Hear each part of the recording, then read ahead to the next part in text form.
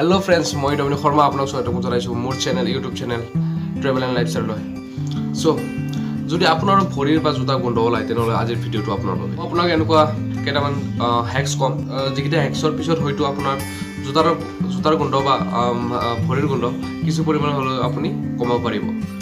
Number 1 যদি আপোনাৰ জোতাজোৰ গোন্ধ ওলাইছে তেনেহলে আপুনি কি কৰিব যদি আপোনাৰ ঘৰত যদি কমলা টেঙা থাকে কমলা টেঙা কি কৰিব যদি কমলাৰ বাকলিটো আপুনি কি কৰিব আপুনি যোনজোৰ জোতা আছে যোনজোৰ জোতা আপোনাৰ মানে গোন্ধাইছে তাৰ ভিতৰত সোমাই থৈ দিব। হ্যাক্স নাম্বাৰ 2 আপোনাৰ ঘৰত হয়তো নিশ্চয় বেকিং সোডা থাকে। সো যদি আপোনাৰ যদি জোতাজোৰ গোন্ধাইছে তেনে আপুনি বেকিং সোডাৰো আপুনি ব্যৱহাৰ কৰিব পাৰে।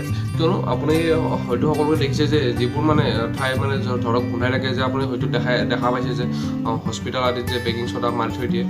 সো মই জানো যে ভালকে মই মানে যিখিনি কথা আপোনালোকক বুজাব খুজিছোঁ ভালকে হয়তো বুজাব পৰা নাই বা আপোনাৰ হয়তো ভালকে অলপ হ'লেও পৰিমাণে বুজি পাইছে। মই মানে যিখিনি জানো বা মই যিখিনি ৰিচাৰ্চ কৰিছোঁ সেইখিনি অলপ পৰিমাণে যিখিনি ৰিচাৰ্চ কৰিছোঁ সেইখিনিৰ ওপৰতে মই আপোনালোকক এই ভিডিঅ'টো বনালোঁ। যদি ভিডিঅ'টো ভাল লাগিছে ছাবস্ক্ৰাইব কৰিব, তলত কমেণ্টো দিব যে ভাল হৈছে নে হোৱা নাই।